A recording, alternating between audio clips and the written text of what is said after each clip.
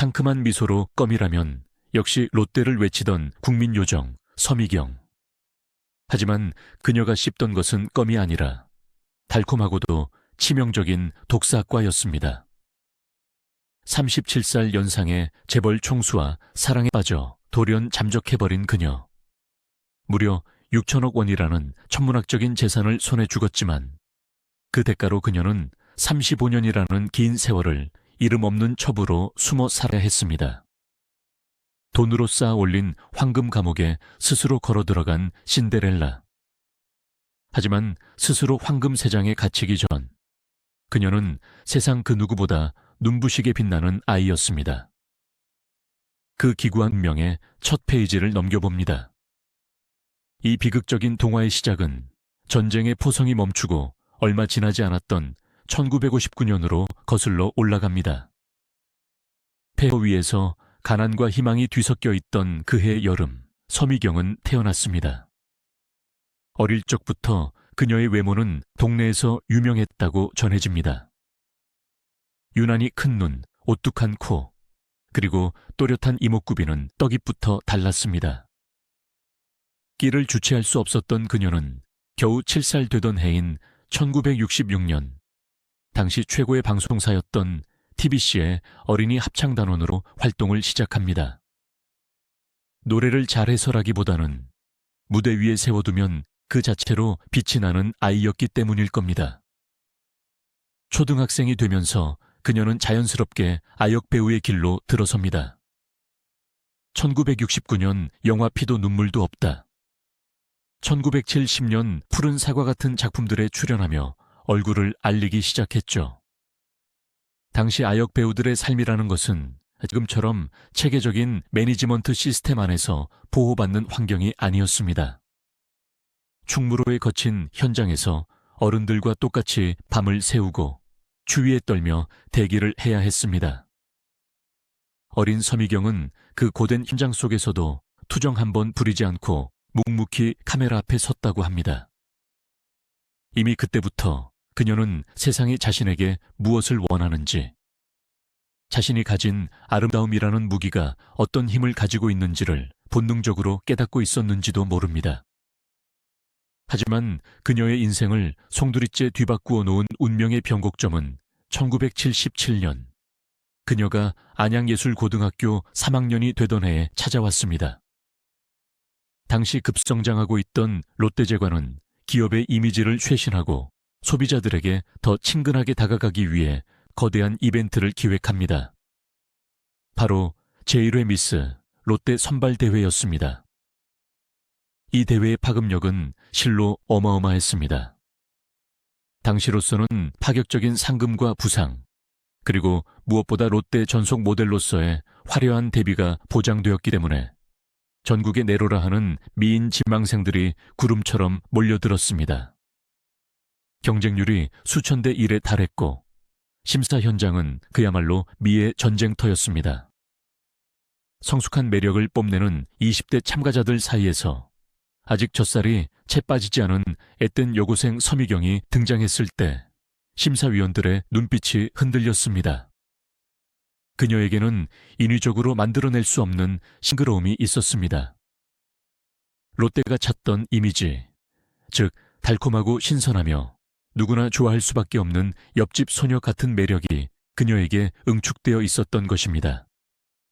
결국 쟁쟁한 언니들을 제치고 중학생 서미경이 연계의 대상을 차지합니다. 머리에는 반짝이는 티아라를 쓰고 어깨에는 붉은 망토를 두른 채 환하게 웃는 그녀의 사진은 다음 날 조간신문을 도배했습니다. 그것은 한 소녀의 승리이자 동시에 거대한 비극의 서막이었습니다. 왜냐하면 그 선발대회의 가장 높은 곳, 심사위원석에 보이지 않는 장막 뒤에는 롯데라는 제국을 건설한 절대 권력자, 신격호 회장의 시선이 머물고 있었기 때문입니다. 신격호 회장은 평소 괴테의 소설 젊은 베르테르의 슬픔에 나오는 여주인공 샤롯데를 이상형으로 꼽아왔습니다. 회사 이름조차 롯데로 지을 만큼 그 문학적 이상형에 대한 집착은 대단했습니다. 그는 청순하고 지적이며 동시에 모성애를 자극하는 그런 여성을 꿈꿨습니다. 관계자들의 전언에 따르면 어린 서미경을 보았을 때 신격호 회장은 자신이 평생 찾아 헤매던 샤롯대의 현신을 본 것 같았다고 합니다.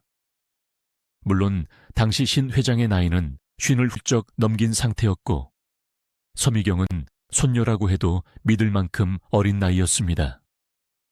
하지만 재벌 총수의 눈에 든다는 것, 그것은 곧 그 사람의 운명이 개인의 의지와는 상관없이 거대한 자본의 흐름 속으로 편입된다는 것을 의미했습니다.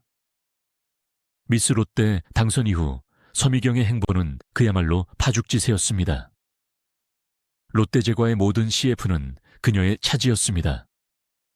껌, 초콜릿, 아이스크림. TV만 틀면 그녀가 나왔습니다. 좋은 사람 만나면 나눠주고 싶어요라며 수줍게 껌 건네는 그녀의 모습에 대한민국 남성들의 심장이 요동쳤습니다. 단순히 광고 모델에 그치지 않았습니다. 그녀는 본격적으로 하이틴 영화의 주연을 꿰차기 시작했습니다. 여고교사, 청춘 불시착, 혼혈아 주리. 제목만 들어도 그 시절의 향수가 느껴지는 작품들이 줄을 이었습니다.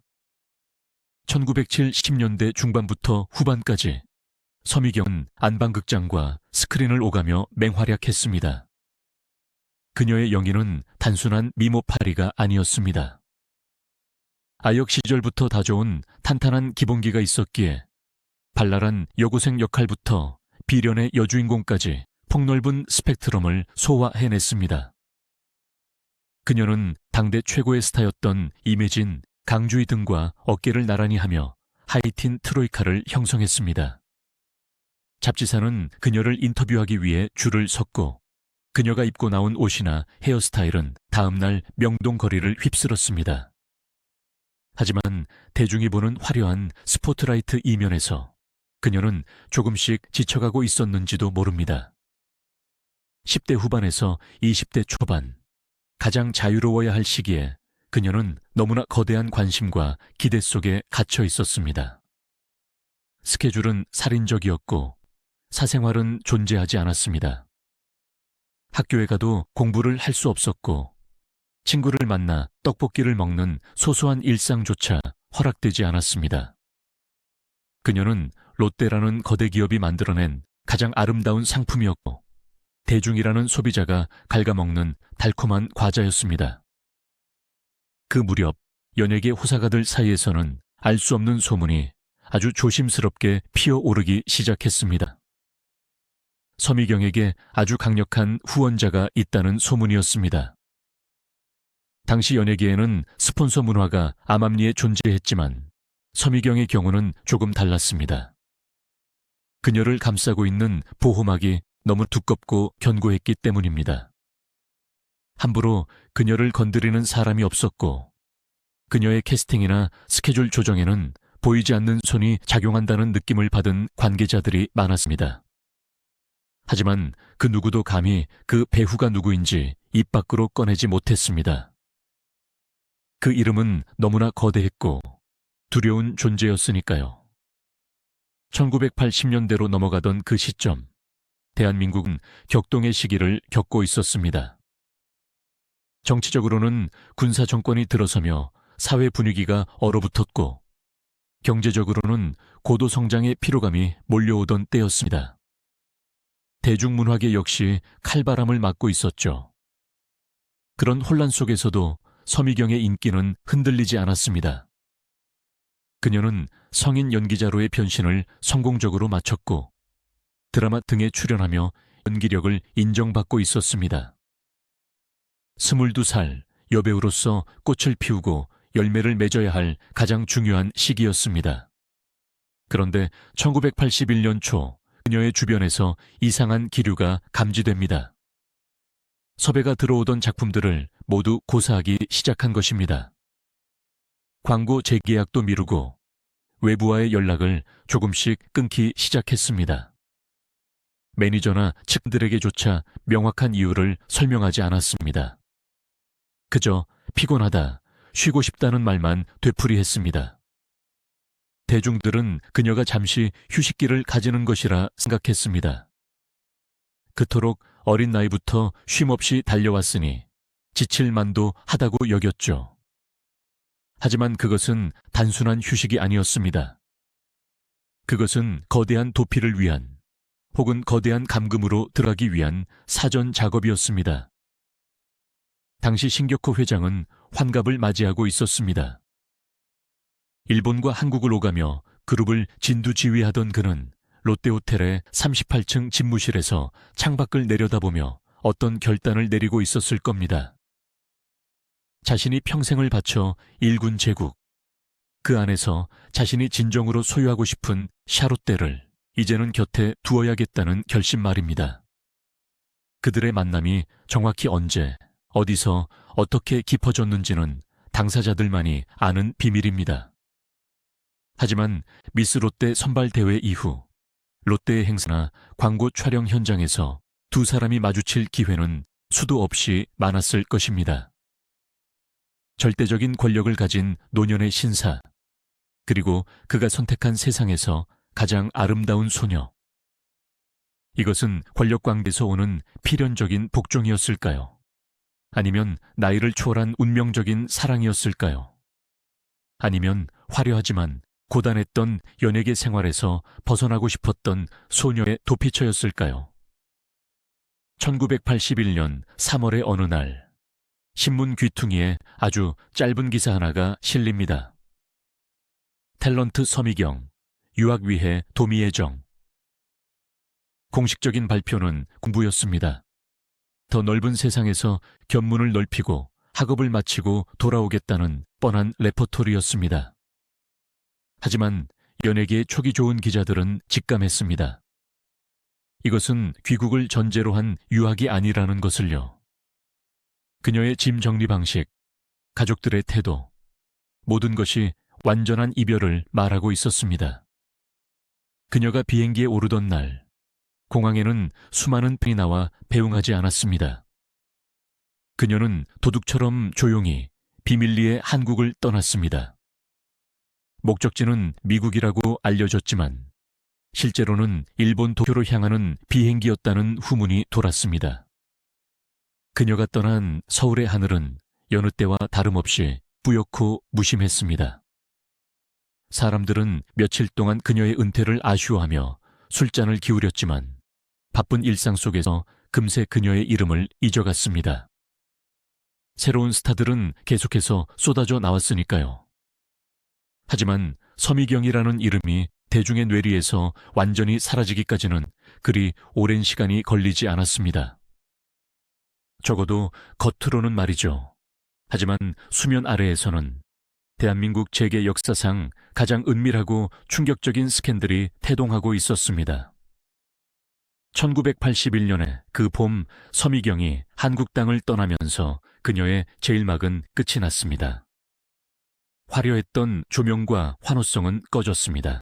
그리고 이제 아무도 보지 않는 곳, 그러나 황금으로 장식된 깊은 동굴 속에서 그녀의 기묘하고도 고독한 제2막이 시작되려 하고 있었습니다.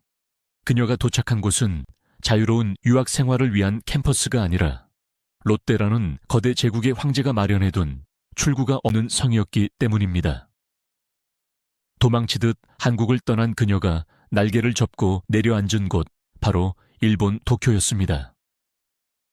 당시 도쿄는 경제 호황의 정점을 향해 달려가던 아시아에서 가장 화려하고 욕망이 넘치는 도시였습니다. 긴자의 넌 사이는 밤을 낮처럼 밝혔고 신주쿠의 고층 빌딩 숲은 인간의 야망을 상징하듯 하늘로 솟구쳐 있었습니다. 하지만 22살의 서미경에게 도쿄는 관광지가 아니었습니다. 그곳은 거대한 철창 없는 감옥이자 동시에 세상의 눈을 피할 수 있는 유일한 은신처였습니다. 대중에게는 공부를 하러 간다고 했지만 그녀의 도쿄 생활은 평범한 유학생의 그것과는 거리가 멀었습니다. 학교 캠퍼스를 거니는 대신 그녀는 도쿄의 부촌, 시부야구의 한적하고 높은 담장으로 둘러싸인 저택에 머물렀습니다.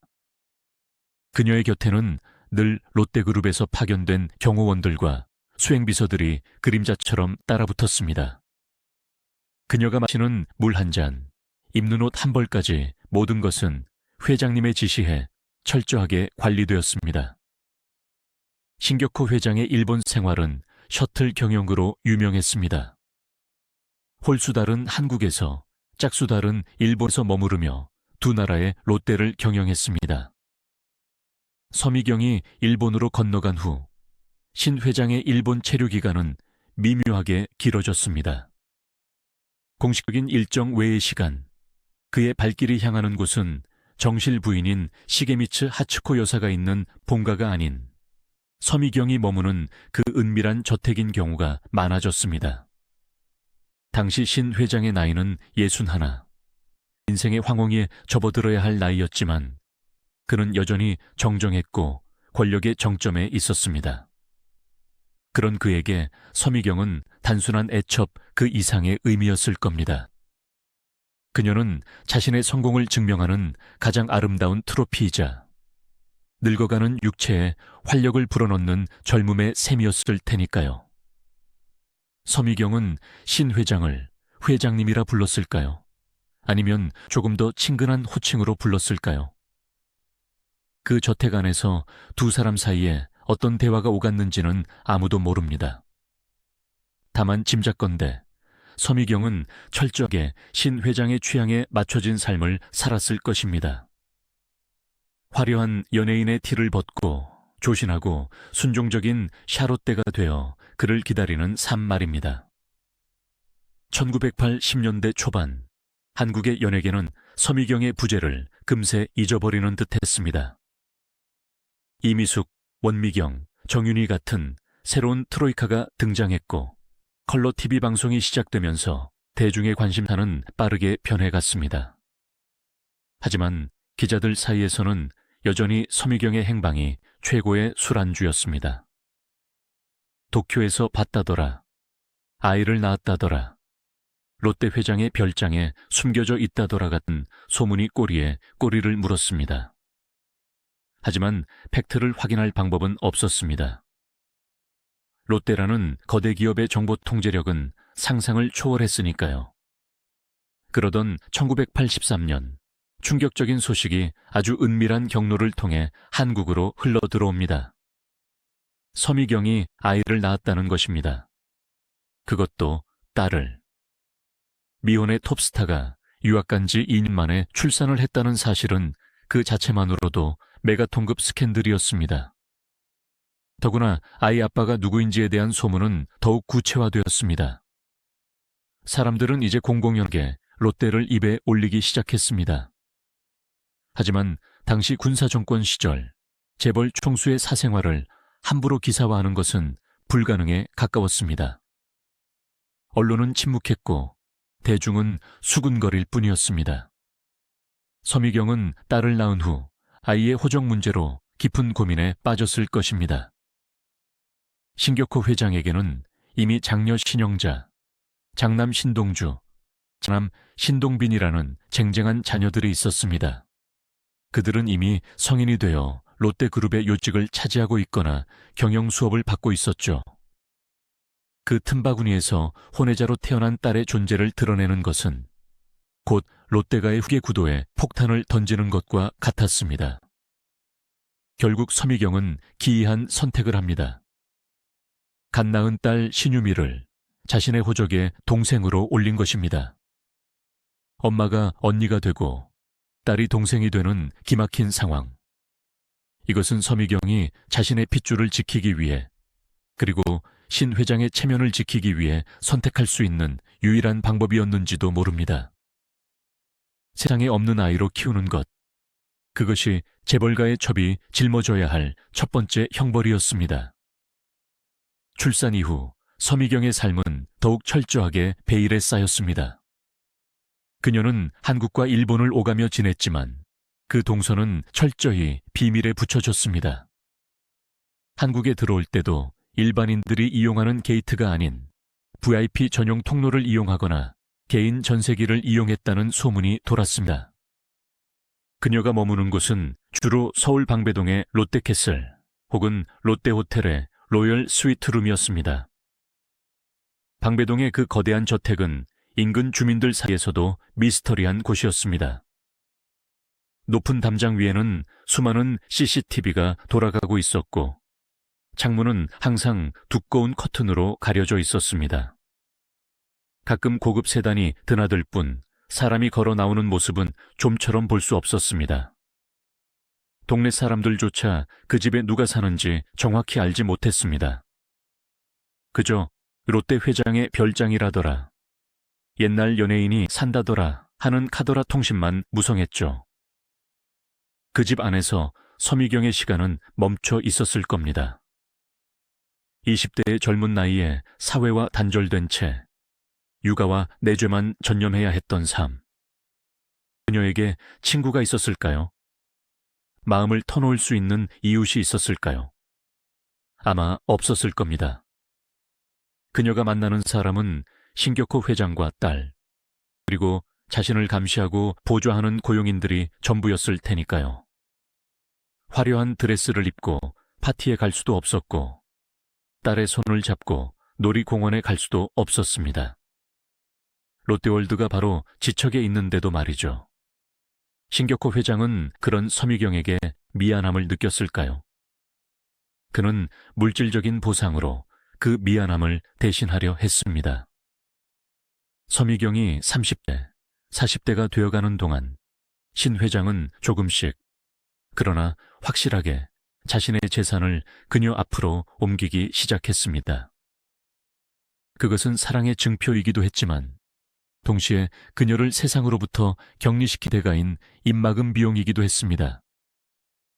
1988년 서울 올림픽으로 대한민국이 들썩이던 그해 서미경에게 또 하나의 중요한 변화가 찾아옵니다. 딸 신유미가 유치원에 들어갈 나이가 되자 더 이상 동생으로 위장하는 것에 한계를 느낀 것입니다. 그리고 신격호 회장 역시 늦둥이 딸에 대한 애정이 각별해지면서 결단을 내립니다. 유전자 검사를 통해 친확인을 하고 신유미를 자신의 호적에 정식으로 입적시킨 것입니다. 이것은 엄청난 사건이었습니다. 단순히 아이의 아빠를 찾아주는 차원이 아니었습니다. 롯데그룹의 상속 지분이 달라진다는 것을 의미했습니다. 신격호 회장의 호적에 오르는 순간 신유미는 법적으로 신동주, 신동빈 회장과 동등한 상속권을 가지게 됩니다. 당연히 본가 쪽의 반발은 거셌을 겁니다. 하지만 롯데그룹 내에서 신격호 회장의 권위는 절대적이었습니다. 거역하는 자는 내 자식이라도 용서하지 않는다는 그의 불호령 앞에서 누구도 대놓고 반기를 들 수 없었습니다. 그렇게 딸 신유미는 공식적인 롯데가의 막내딸이 되었습니다. 하지만 서미경은 여전히 법적인 아내가 될 수 없었습니다. 신 회장은 이혼하지 않았으니까요. 그녀는 사실혼 배우자, 즉 셋째 부인이라는 애매하고도 굴욕적인 위치에 머물러야 했습니다. 롯데의 안주인 자리는 여전히 시게미츠 하츠코 여사의 것이었고 공식 행사나 제사 때 서미경이 설 자리는 없었습니다. 이 시기부터 서미경은 본격적으로 재테크에 눈을 뜹니다. 아니, 신 회장이 눈을 뜨게 해주었다고 보는 편이 맞을 겁니다. 연예계 은퇴 후 10년 가까이 세상 물정 모르고 살았던 그녀에게 신 회장은 부동산과 주식이라는 새로운 장난감을 쥐어줍니다. 서울 반포동의 빌딩, 동숭동의 공연장 부지, 그리고 알짜배기 계열사의 주식들. 서미경은 점차 깨달았을 겁니다. 자신의 젊음과 미모는 언젠가 시들겠지만 등기부등본에 적힌 내 이름과 주식 계좌의 숫자는 영원히 나를 지켜줄 것이라는 사실을요. 그녀는 더 이상 수동적인 인형으로만 머물지 않았습니다. 신 회장의 총애를 등에 업고 자신과 딸의 몫을 챙기기 위해 조용히 움직이기 시작했습니다. 겉으로는 여전히 그림자였지만 그 그림자의 무게는 점점 무거워지고 있었습니다. 90년대로 접어들면서 서미경의 존재는 재계의 공공연한 비밀이 되었습니다. 하지만 여전히 그녀의 얼굴을 본 사람은 드물었습니다. 가끔 백화점 명품관이 문을 닫은 뒤 쇼핑을 한다더라, 최고급 호텔, 스파에 다녀갔다더라 하는 목격담만 전해질 뿐이었죠. 그녀는 유령처럼 서울 강남과 일본 도쿄를 오갔습니다. 30대의 서미경은 어떤 모습이었을까요? 여전히 아름다웠을까요? 아니면 고독과 불안으로 눈빛이 흔들리고 있었을까요? 그녀의 삶을 지탱해준 유일한 희망은 딸 신유미였을 겁니다. 자신처럼 숨어 살아야 하는 운명을 물려준 것에 대한 죄책감, 그리고 늙은 아버지를 둔 딸에 대한 연민. 모녀는 세상 그 누구보다 끈끈하게 뭉쳤을 것입니다. 딸 신유미 역시 엄마를 닮아 미모와 끼가 뛰어났지만 연예계 진출은 꿈도 꿀 수 없었습니다. 대신 그녀는 철저한 경영 수업을 받거나 예술 쪽으로 관심을 돌려야 했습니다. 엄마가 가지 못했던 길, 하지만 엄마처럼 롯데라는 울타리 안에서만 가능한 길. 그렇게 1980년대와 90년대가 흘러갔습니다. 한국 사회는 민주화를 이루고 IMF를 겪으며 격변했지만 서미경의 시계는 롯데라는 성 안에서 독자적으로 돌아갔습니다. 그녀는 늙어가고 있었고 신격호 회장은 더욱 늙어가고 있었습니다. 그리고 다가올 2000년대, 그녀가 쌓아 올린 그 거대한 부혜성이 세상 밖으로 드러날 준비를 하고 있었습니다. 그것이 축복이 될지 저주가 될지는 아무도 모른 채 말입니다. 아날로그는 디지털로 대체되었고 인터넷과 휴대전화가 세상을 연결하기 시작했습니다. 하지만 서울 방배동의 높은 담벼락 안, 서미경의 시간은 여전히 1980년대의 질서 속에 머물러 있었습니다. 바깥 세상이 2002년 월드컵에 붉은 물결로 뒤덮이고 새로운 대통령이 선출되며 격변할 때도 그녀의 우주는 오로지 단 한 사람, 총괄 회장님 신격호를 중심으로 공존하고 있었습니다. 하지만 이 시기는 서미경에게 있어 수동적인 은둔에서 능동적인 축성으로 태세가 전환되는 아주 중요한 분기점이었습니다. 신격호 회장은 어느덧 팔순을 바라보는 나이가 되었고 서미경은 40대에 접어든 중년의 여인이 되어 있었습니다. 그녀는 더 이상 보호받아야 할 가녀린 소녀가 아니었습니다. 늙어가는 황제의 곁을 지키며 그가 사라진 뒤 홀로 남겨질 자신과 딸을 위해 견고한 요새를 쌓아야 한다는 본능적인 위기감을 느끼기 시작했을 것입니다. 신격호 회장의 사랑 혹은 집착은 세월이 흘러도 식을 줄 몰랐습니다. 오히려 노년에 접어들수록 서미경과 막내딸 신유미에 대한 애착은 더욱 강해졌습니다.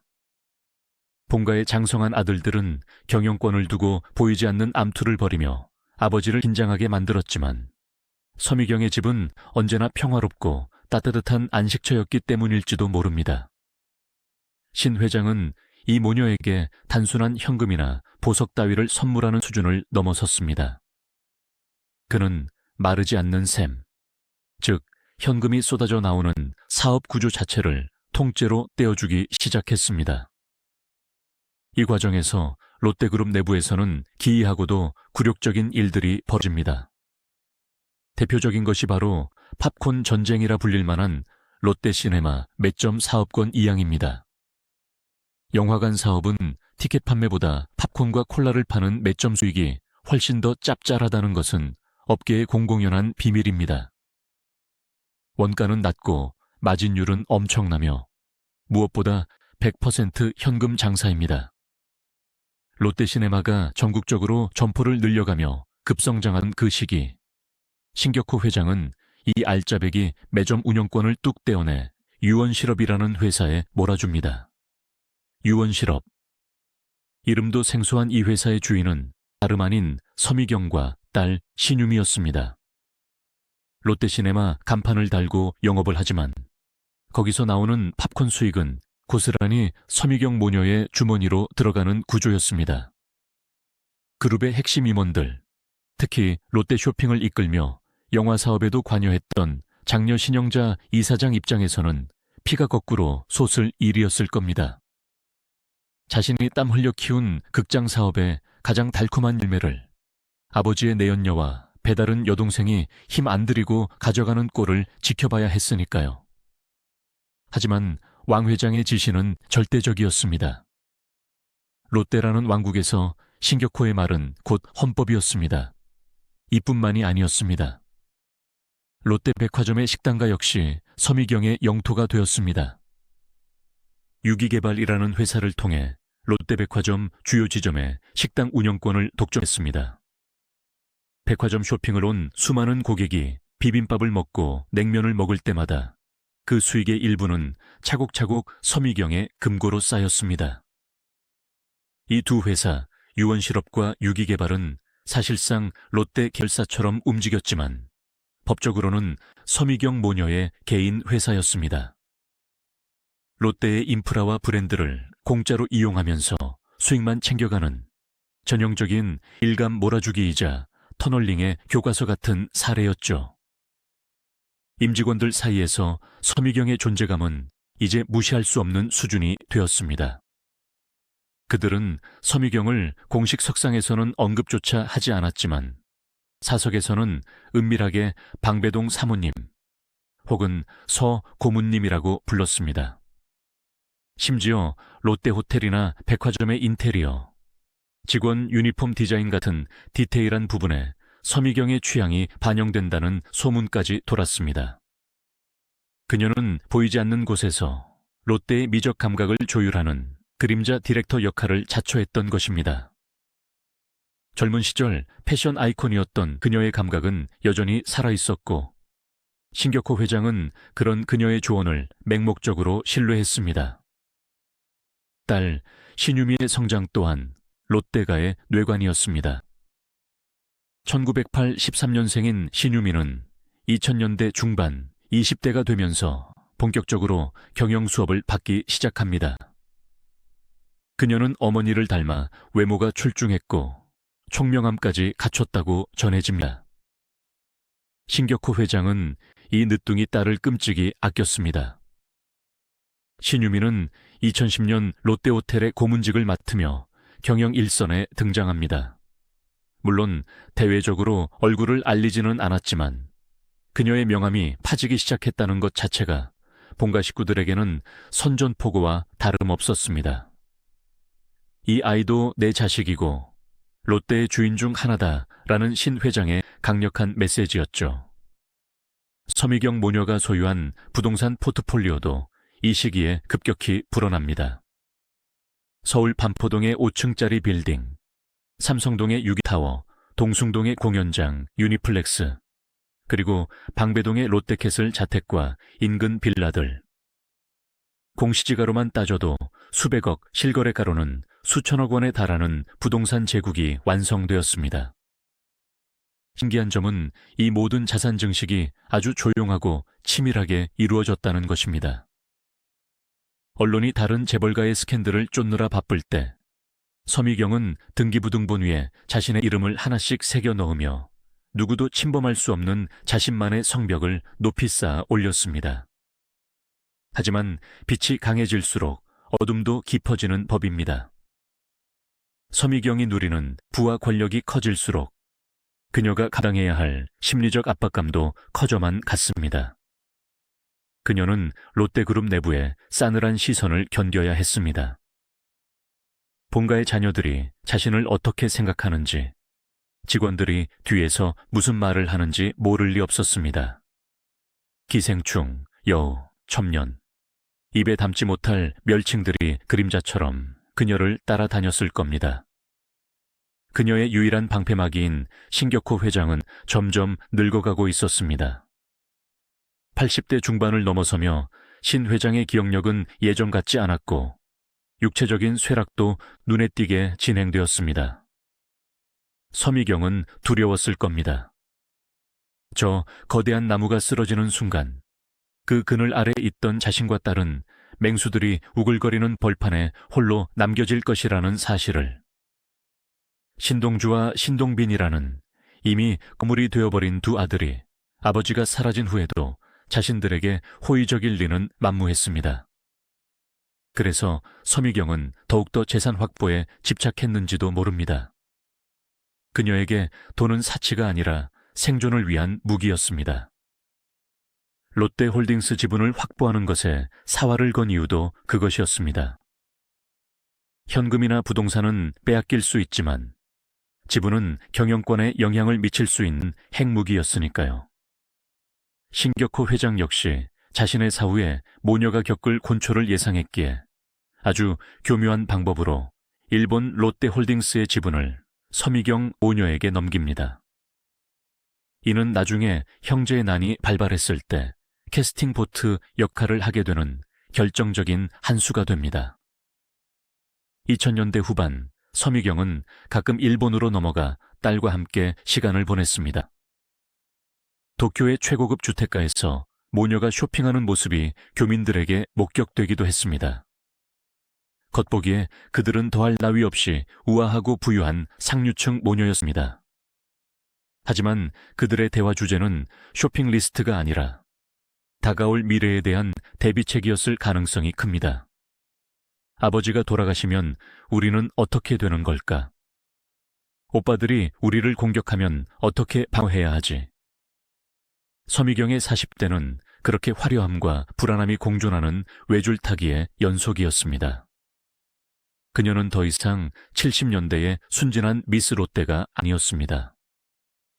롯데라는 정글에서 살아남는 법을 터득한 노예하고 계산적인 전략가가 되어 있었습니다.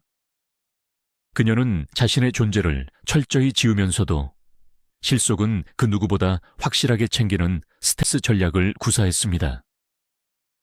세상 사람들은 그녀가 잊혔다고 생각했지만 사실 그녀는 수면 아래에서 그 어느 때보다 바쁘게 움직이고 있었습니다.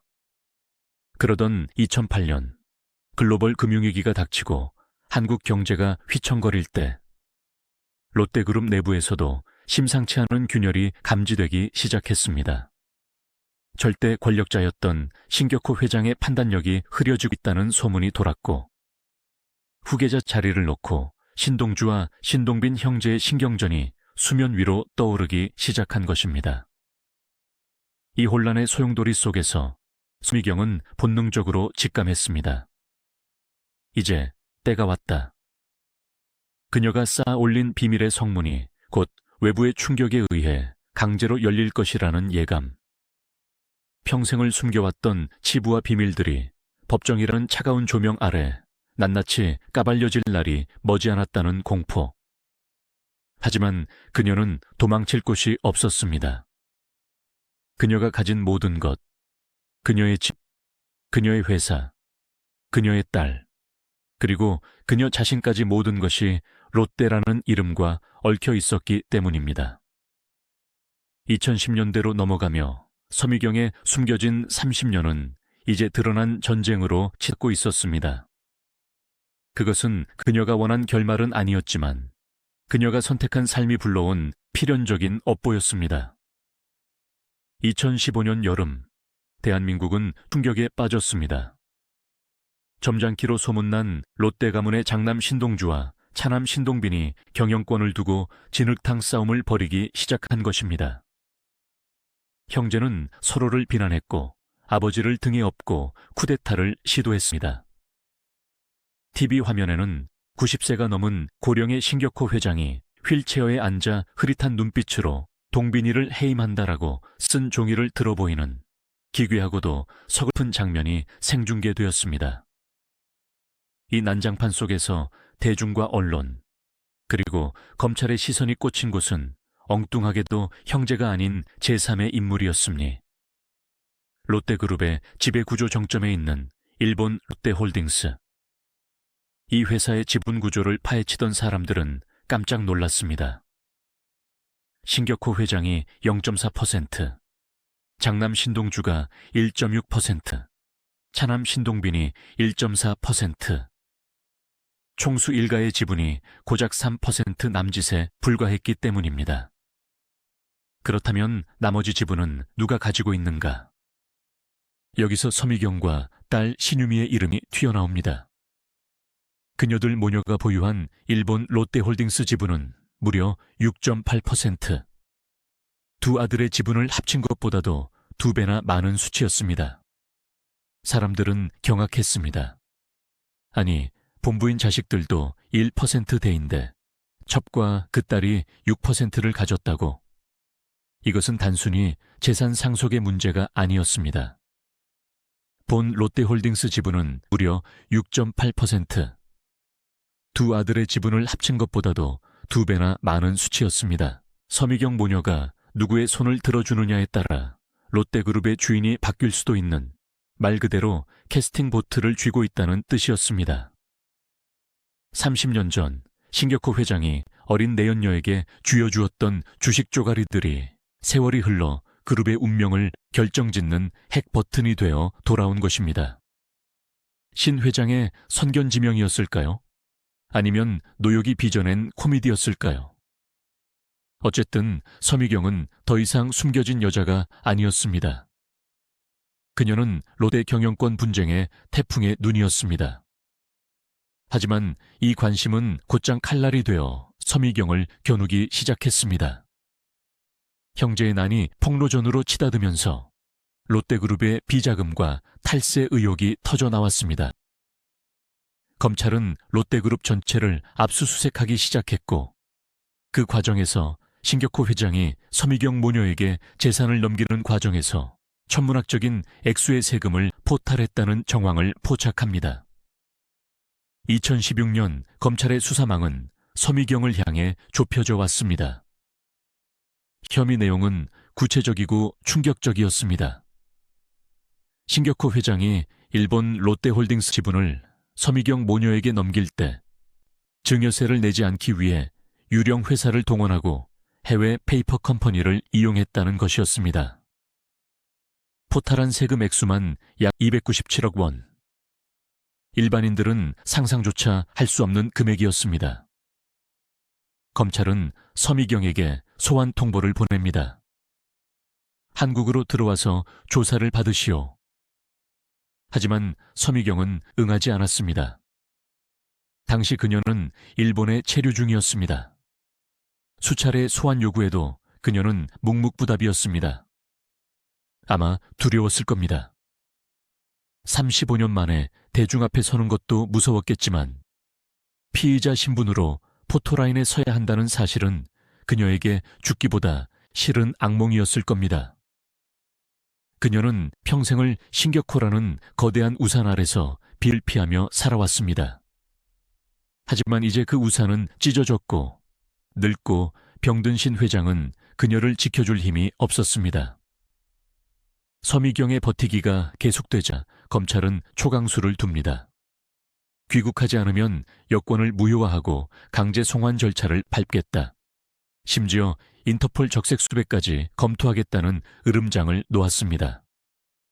대한민국 검찰이 재벌 회장의 셋째 부인을 잡기 위해 이토록 강력하게 나선 것은 전례가 없는 일이었습니다. 언론은 연일 대서특필했습니다. 미스 롯데 서미경 강제 소환되나? 숨겨진 30년 재산의 비밀 밝혀질까? 압박감을 이기지 못한 서미경은 결국 귀국을 결심합니다. 그녀는 변호인을 통해 재판에 성실히 임하겠다는 뜻을 전했습니다. 2017년 3월, 그녀가 한국행 비행기표를 끊었다는 소식이 전해지자 인천공항과 서울중앙지법 앞은 기자들로 인산인해를 이루었습니다. 1981년 도망치듯 떠났던 그 소녀가 환갑을 바라보는 나이가 되어 피고인으로 돌아오는 순간을 포착하기 위해서였습니다. 그녀가 입국하던 날, 공항은 아수라장이었습니다. 하지만 그녀는 기자들의 눈을 피해 007 작전처럼 공항을 빠져나갔습니다. 여전히 그녀는 숨는 것에 익숙했습니다. 그러나 법정 출석만큼은 피할 수 없었습니다. 재판 날짜가 잡혔고 그녀는 더 이상 롯데의 높은 담벼락 뒤로 숨을 수 없게 되었습니다. 그 무렵 서미경의 심정은 어땠을까요? 억울했을까요? 나는 회장님이 주는 대로 받았을 뿐인데 왜 내가 범죄자가 되어야 하나라고 생각했을지도 모릅니다. 아니면 결국 올 것이 왔구나라며 체념했을까요? 그녀는 롯데가의 일원으로서 혜택은 누렸지만 책임은 지고 싶지 않았을 겁니다. 하지만 세상에 공짜 점심은 없다는 진부한 진리가 가장 잔인한 방식으로 그녀의 목을 조여오고 있었습니다. 롯데그룹 내부에서도 서미경을 바라보는 시선은 싸늘했습니다. 직원들은 우리가 뼈 빠지게 일해서 번 돈이 다 저 여자 팝콘 값으로 들어갔다며 분노했습니다. 신동주, 신동빈 형제 역시 서미경을 달가워할 리 없었습니다. 아버지의 판단력을 흐리게 하고 재산을 빼돌린 원흉으로 보았을 테니까요. 서미경은 사면초가였습니다. 그녀를 지켜주던 유일한 버팀목인 신격호 회장, 이제 치매 증상으로 인해 자신의 이름조차 가물가물한 상태였습니다. 재판을 앞둔 며칠 밤 서미경은 잠을 이루지 못했을 겁니다. 그 소녀는 꿈이 많았습니다. 연기를 하고 싶었고 사랑받고 싶었습니다. 하지만 지금 거울 앞에 서 있는 여자는 탐욕의 화신으로 낙인 찍힌 채 감옥에 갈지도 모른다는 공포에 떨고 있는 늙은 죄인일 뿐이었습니다. 이제 곧 법원의 문이 열립니다. 수백 개의 카메라 플래시가 그녀를 향해 터질 것입니다. 그녀가 평생을 숨기고 싶어 했던 얼굴, 그 주름 하나하나가 전 국민에게 생중계될 것입니다. 그것은 서미경이라는 한 인간에게 내려진 가장 가혹한 형벌이자 동시에 그녀가 스스로 선택한 황금 감옥의 문이 열리는 해방의 순간이기도 했습니다. 2017년 3월 20일 월요일, 서울 서초동의 서울중앙지방법원 앞은 아침 일찍부터 전운이 감돌았습니다. 하늘은 미세먼지로 뿌옇게 흐려 있었고 수백 명의 기자가 진을 치고 있는 법원 청사 앞에는 팽팽한 긴장감이 흘렀습니다. 이날은 대한민국 재계 5 롯데그룹의 총수 일가가 전원 피고인석에 서는 그야말로 역사적인 날이었습니다. 창업주 신격호, 장남 신동주, 차남 신동빈, 장녀 신영자, 그리고 셋째 부인 서미경까지. 하지만 이날 모든 카메라 렌즈가 가장 애타게 기다린 피사체는 그룹의 회장도 경영권을 쥔 아들도 아니었습니다. 바로 36년 만에 세상 밖으로 걸어 나오는 전설의 미스 롯데 서미경이었습니다. 오후 1시 30분경 검은색 승용차 한 대가 법원 청사 입구에 미끄러지듯 들어왔습니다. 문이 열리고 한 중년 여성이 모습을 드러냈습니다. 검은색 정장 코트에 검은색 바지, 목에는 짙은 색 머플러를 두르고 얼굴의 절반을 가리는 검은 뿔테 안경을 쓴 모습. 수백 개의 카메라 플래시가 기관총처럼 터졌습니다. 타닥타닥 타다닥 눈을 뜰 수 없을 만큼 강렬한 섬광이 쏟아졌습니다. 기자들이 소리쳤습니다. 서미경 씨, 혐의 인정하십니까? 30년 만에 나오셨는데 한 말씀 해주시죠. 신격호 회장님, 건강은 어떻습니까? 쏟아지는 질문 세례 속에서 그녀는 입을 굳게 다물었습니다. 그녀의 표정은 창백했지만 묘하게 침착했습니다. 뿔테 안경 너머의 눈빛은 흔들리고 있었지만 고개를 숙이거나 얼굴을 가리지는 않았습니다. 세월이 흘러 눈개는 주름이 잡혔고 턱선은 무거워졌지만 70년대 브라운관을 주름잡던 그 오뚝한 콧날과 단아한 분위기는 여전히 남아있었습니다. 그녀는 마치 레드카펫 위를 걷는 여배우처럼, 그러나 죄수복을 입지 않은 죄인처럼 법원 계단을 천천히 걸어 올라갔습니다. 그녀의 등장을 지켜보던 사람들의 반응은 복잡했습니다. 5060세대에게는 아, 저 사람이 정말 서미경이구나. 늙었지만 옛날 얼굴이 있네 라는 묘한 향수를 불러일으켰고, 젊은 세대에게는 저 아줌마가 그 1조 원의 주인공이야 라는 호기심을 자아냈습니다. 36년 전 그녀를 찍던 카메라가 필름 카메라였다면 지금 그녀를 찍는 카메라는 최첨단 디지털 카메라였습니다. 시대는 변했고 기술은 발전했지만 그녀를 바라보는 대중의 시선, 호기심과 비난이 뒤섞인 그 관음적인 시선은 변하지 않았습니다. 법정 안의 풍경은 더욱 기가 막혔습니다. 이날 재판은 롯데가의 가족 상봉 무대나 다름없었습니다.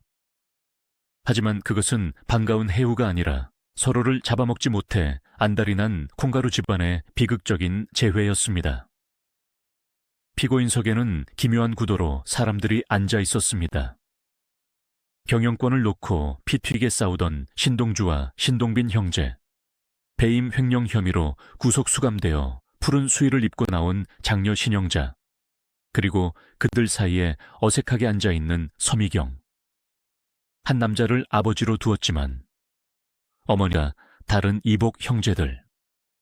평소라면 마주칠 일조차 없었을 그들이 공동 피고인이라는 이름으로 나란히 앉아있는 모습은 재벌가의 민낯을 보여주는 블랙 코미디 그 자체였습니다. 특히 장녀 신영자와 서미경 사이의 냉랭한 기류는 법정 전체를 얼어붙게 만들 정도였습니다. 평생 아버지를 보필하며 롯데를 키웠다고 자부하는 신영자에게 아버지의 사랑을 독차지하고 알짜배기 재산까지 챙겨간 서미경은 불구대천의 원수나 다름없었을 테니까요. 그리고 잠시 후 이 재판의 주인공이자 서미경 인생의 전부였던 남자, 신격후 총괄 회장이 휠체어를 타고 들어왔습니다. 그의 등장은 충격적이었습니다. 우리가 기억하던 카리스마 넘치는 셔틀 경영의 신화, 껌 하나로 제국을 건설한 거인은 그곳에 없었습니다. 95의 노구는 초라하게 찌그러져 있었고 눈빛은 초점이 없었으며 입에서는 알 수 없는 헛소리가 흘러나왔습니다. 중증 치매였습니다. 신격호 회장은 재판이 진행되는 내내 상황을 전혀 파악하지 못했습니다. 그는 변호인에게 큰 소리로 물었습니다. 여기가 어디야? 내가 왜 여기 있어? 재판장이 조용히 해달라고 요청하자 그는 갑자기 지팡이를 휘두르며 일본어와 한국어를 섞어 고함을 질렀습니다. 롯데는 내가 만든 회사야. 내가 만든 회사 돈을 내가 쓰는데 그게 왜 횡령이야? 이놈들, 다 나가라 그래. 내가 누군지 알아? 법정은 순식간에 아수라장이 되었습니다.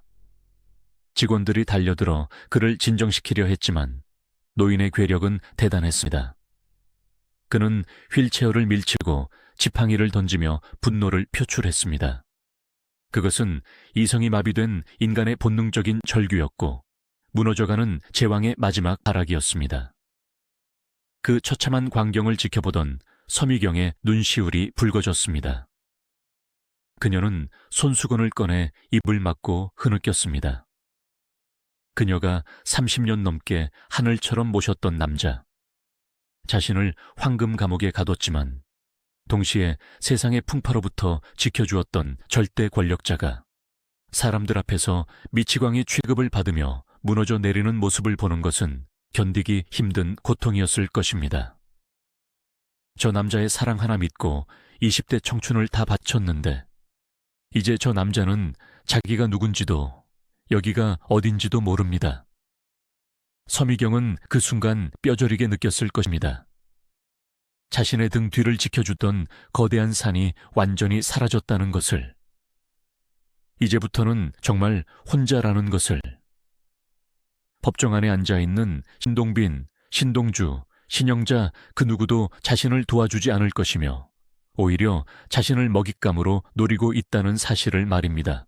재판이 시작되고 검찰은 서미경의 혐의를 조목조목 읊어 내려갔습니다. 신격호 회장으로부터 일본 롯데홀딩스 지분을 증여받으면서 2,970억 원의 세금을 내지 않았다는 것. 그리고 롯데시네마 매점 운영권을 독점해 부당 이득을 챙겼다는 것. 서미경 측 변호인의 방어 논리는 단순했습니다. 그리고 그것은 서미경의 인생을 한 문장으로 요약하는 것이기도 했습니다. 피고인 서미경은 경영에 대해 아무것도 모릅니다.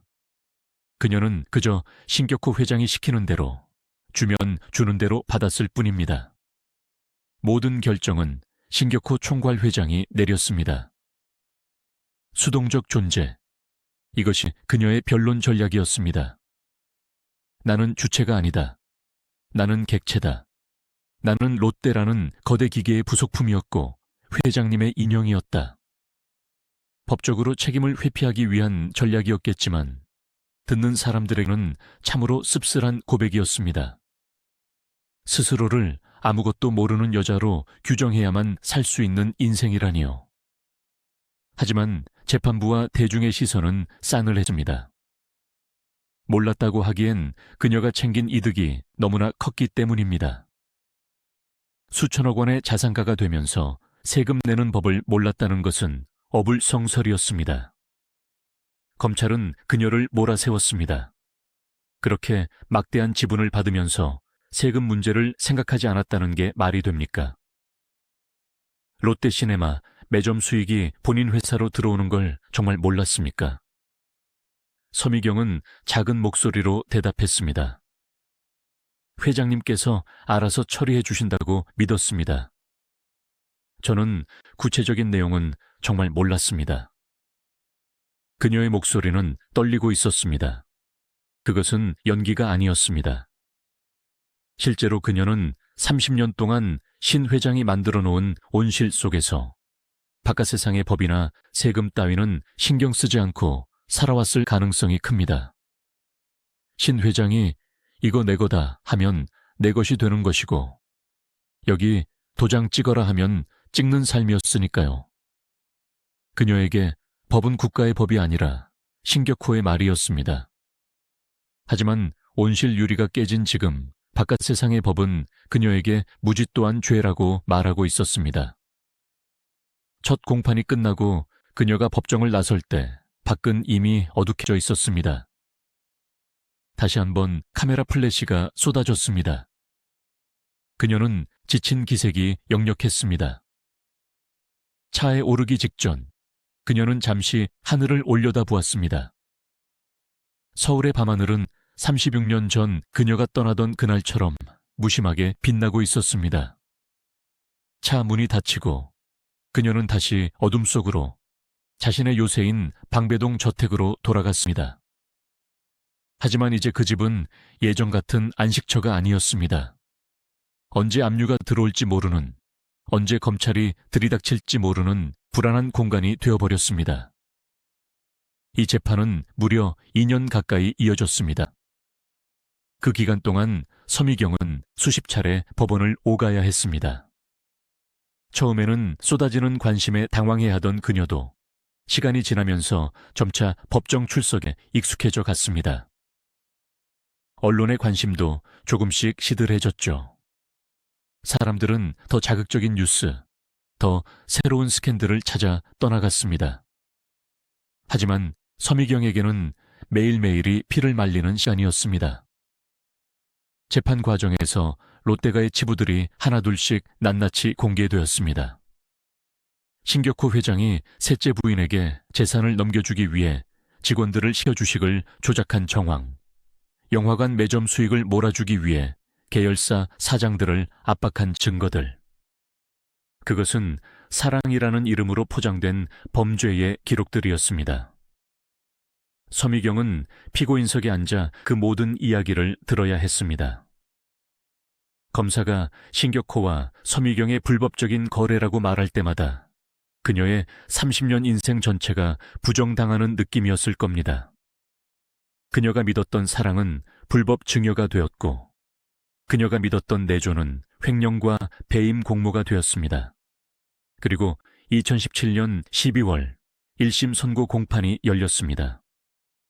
재판부는 신격호 회장에게 징역 4년, 신동빈 회장에게 징역 1년 8개월의 집행유예 2년을 선고했습니다. 그리고 서미경에게는 징역 2년에 집행유예 3년, 실형은 면했습니다. 감옥에는 가지 않아도 된다는 뜻이었습니다. 재판부는 피고인 서미경은 신격호의 지시에 수동적으로 따랐을 뿐 주도적으로 범행을 기획하지 않은 점을 참작했다고 밝혔습니다. 그녀의 전략이 통한 것일까요? 법원을 나서는 그녀의 표정에는 안도감이 스쳤습니다. 하지만 그것은 절반의 승리였습니다. 집행유예라는 것은 죄는 있지만 봐준다는 뜻이니까요. 그녀는 이제 법적으로 공인된 범죄자가 되었습니다. 미스 롯데라는 타이틀 뒤에 탈세범이라는 주홍글씨가 새겨진 것입니다. 하지만 진짜 비극은 형량이 아니었습니다. 이 재판을 통해 그녀와 롯데가의 끈이 완전히 끊어졌다는 사실이었습니다. 신격호 회장은 재판 직후 건강이 급격히 악화되어 병원 신세를 지게 되었고 사실상 유폐 생활에 들어갔습니다. 법적 후견인이 지정되면서 서미경이 신 회장을 만나는 것조차 어려워졌습니다. 이제 그녀는 롯데라는 거대한 성에서 쫓겨난, 그러나 엄청난 위자료는 챙긴 이방인이 되었습니다. 재판이 끝난 후 서미경은 다시 칩거에 들어갔습니다. 하지만 세상은 그녀를 가만두지 않았습니다. 국세청이 움직이기 시작했기 때문입니다. 형사 재판과는 별개로 세금 추징은 또 다른 문제였습니다.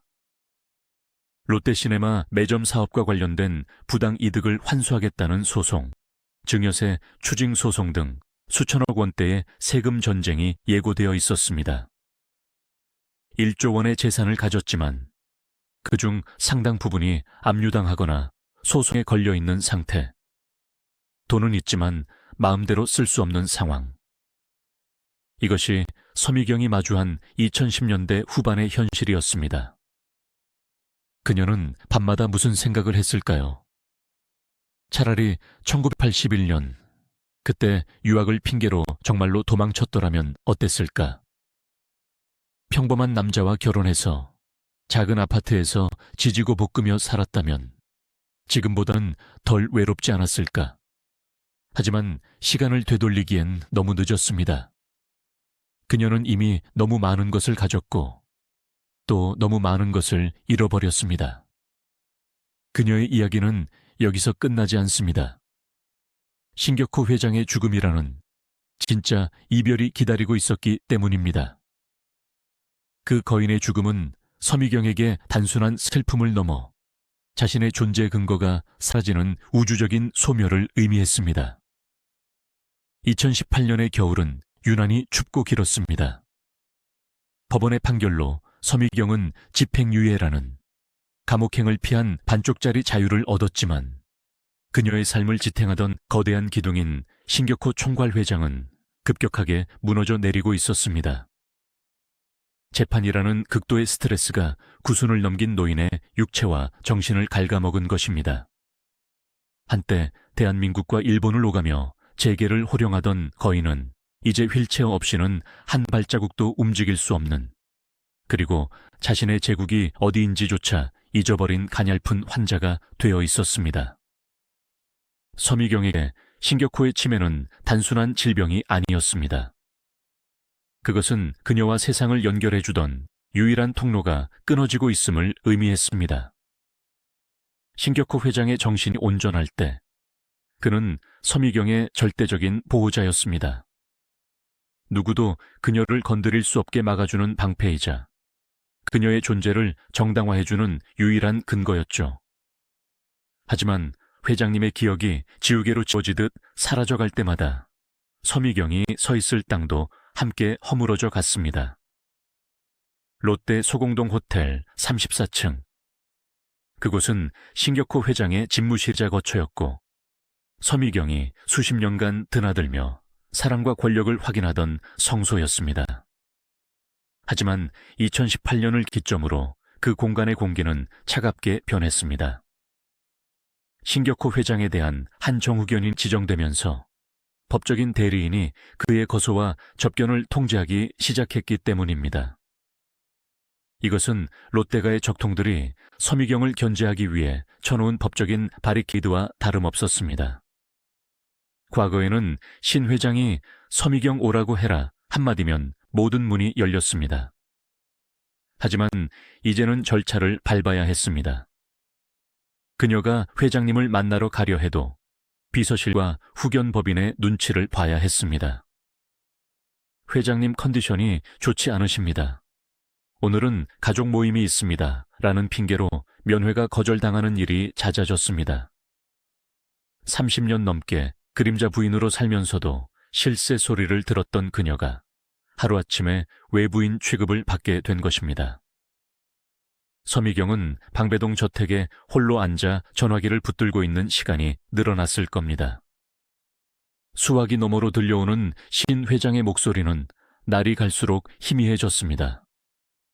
가끔은 그녀를 알아보지 못하고 누구세요? 라고 되묻거나 엉뚱하게 1970년대의 옛날 이야기를 하기도 했습니다.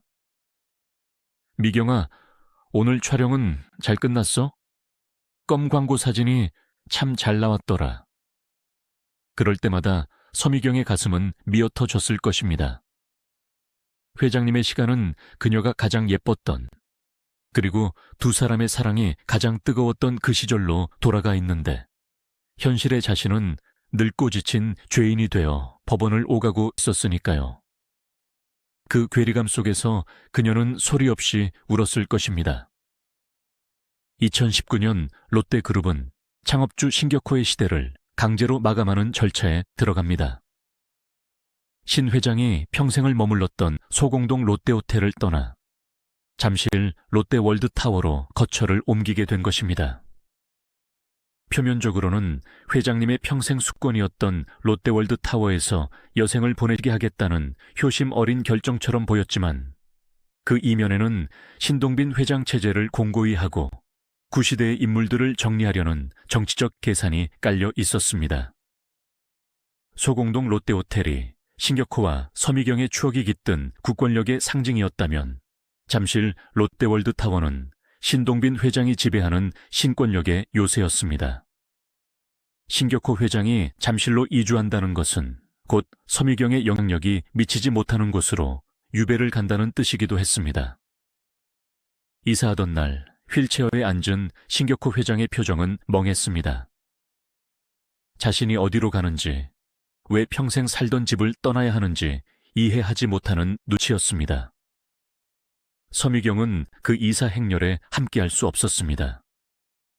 그녀는 멀리서 뉴스를 통해 자신이 사랑했던 남자가 짐짝처럼 옮겨지는 모습을 지켜봐야 했습니다. 123층의 마천루, 구름 위에 떠있는 그 높은 감옥으로 말입니다. 잠실 시그니엘 레지던스, 대한민국에서 가장 비싸고 화려한 그곳 49층에 신격호 회장의 새 보금자리가 마련되었습니다. 창밖으로는 서울 시내가 장난감처럼 내려다 보였지만 노인에게 그 풍경은 아무런 감흥을 주지 못했습니다. 그곳은 너무나 깨끗하고 너무나 조용하고 너무나 차가웠습니다. 서미경이 잠실로 회장님을 찾아갔을 때의 심정은 참담했을 겁니다. 최첨단 보안 시스템과 수많은 경호원에 둘러싸인 그곳에서 신격호 회장은 철저하게 고립되어 있었습니다. 식사도 제대로 하지 못해 콧줄을 끼고 말라가는 몸을 침대에 누인 채 하루하루 생명을 연명하고 있는 모습. 호랑이 같던 기백은 온데간데 없고 그저 숨만 쉬고 있는 껍데기만 남아 있었습니다. 회장님, 저 왔어요. 미경이에요. 그녀가 손을 잡고 속삭여도 신 회장은 초점 없는 눈으로 천장만 바라볼 뿐이었습니다. 가끔 정신이 돌아올 때면 어린아이처럼 투정을 부리거나 고향 울산 이야기를 하며 눈물을 흘리기도 했습니다. 서미경은 그 앙상한 손을 잡고 하염없이 그 이야기를 들어주었습니다. 그것이 그녀가 할 수 있는 유일한 내조였고 마지막 작별 인사였습니다. 그의 겨울은 신격호 회장의 생명력이 마지막으로 깜박이던 시기였습니다. 그는 수시로 탈수 증세를 보이며 병원 응급실을 오갔습니다. 아산병원 VIP 병동. 그곳은 롯데가의 사람들이 모두 모이는 집결지였습니다. 장녀 신영자, 장남 신동주, 차남 신동빈. 그들은 아버지의 병상 주변을 지키며 마지막을 준비하고 있었습니다. 하지만 그 가족의 울타리 안에 서미경과 딸 신유미의 자리는 비좁았습니다. 법적으로는 남남이었지만 정서적으로는 그 누구보다 가까웠던 서미경. 그녀는 병원을 찾을 때마다 본가 식구들의 눈치를 봐야 했습니다. 낮 시간 사람들이 붐빌 때는 피하고 주로 늦은 밤이나 새벽 모두가 돌아간 시간에 조용히 병실을 찾았습니다. 도두고양이처럼 죄인처럼 자신의 남자를 만나러 가야 했습니다. 병실 복도에서 마주치는 간호사들의 시선, 경호원들의 묘한 눈빛. 저 여자가 그 서미경이래. 1조 원을 받았다며 하는 수군거림이 그녀의 등 뒤에 꽂혔을 겁니다. 하지만 그녀는 그 모든 모멸감을 견뎌냈습니다. 38년 전 모든 것을 버리고 선택했던 이 남자의 마지막 감기를 지키지 않는다면 자신의 인생 전체가 부정당하는 것 같았기 때문입니다. 2020년 1월, 새해가 밝았지만 롯데에게는 어두운 그림자가 드리워졌습니다. 의료진은 마음의 준비를 하라고 통보했습니다. 신격호 회장의 장기들이 하나둘 기능을 멈추기 시작한 것입니다. 99세, 백수를 바라보는 나이, 한 세기를 풍미했던 거인의 심장이 멈추려 하고 있었습니다. 1월 18일 밤, 병세가 위독하다는 소식에 롯데가 사람들이 병원으로 속속 집결했습니다. 일본에 있던 가족들도 급히 귀국했습니다. 병실 앞은 긴장감으로 팽팽했습니다. 서미경도 소식을 들었을 겁니다. 방배동 저택에서 전화를 받고 검은 옷을 챙겨 입으며 떨리는 손을 진정시켰을 겁니다. 마지막이다. 정말 마지막이다. 그녀가 병실에 도착했을 때 신 회장은 이미 의식이 거의 없는 상태였습니다. 산소 마스크에 의지한 채 가쁜 숨을 몰아쉬고 있었습니다. 주변에는 자식들과 손주들이 둘러서 있었습니다. 서미경은 그 원의 가장 바깥쪽 구석진 자리에 섰습니다. 2020년 1월 19일 오후 4시 29분. 심전도 모니터의 그래프가 평행선을 그렸습니다. 운명하셨습니다. 의사의 사망 선고가 내려지자 병실 안은 울음바다가 되었습니다.